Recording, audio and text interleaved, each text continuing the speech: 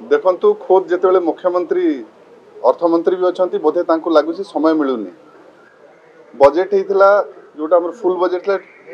2,90,000 एवं पुणी अतिरिक्त 17,000 कोटी बजेट दे एपर्यंत जिते है आम 6 मास भितर आमर ओनली 39% यूटिलाइज कराई आईटा खाली कम देती यूटिलाइजेशन सर्टिफिकेट है दैट मीन्स आम 20% भी कम एपर्यंत करूँ ता ऊपर को आ गोटे बजेट निया पारंपरिक विषय रे जमती करती से जिनस करी जाऊँ मुख्यमंत्री खुद समय नहीं पूरा नुआ जो सरकार है मानकर किसी जानी पार ना कौ जगार कौन काम करवा कथा किसी नुआ प्रकल्प नेले कि कौ प्रकल्प अधरा रहीगला सप्लीमेंटरी बजेट नेबारे खाली नौ किंतु जो जिनस काम हवा कथा सेटा ही लास्ट बजेट जोटा थिला सेटा भी 2.65 थिला 2,65,000 अतिरिक्त बजेट पुणी 12,000 कोटी ने तो एपर्यंत से यूटिलाइजेशन सर्टिफिकेट नहीं ना ऋण नौ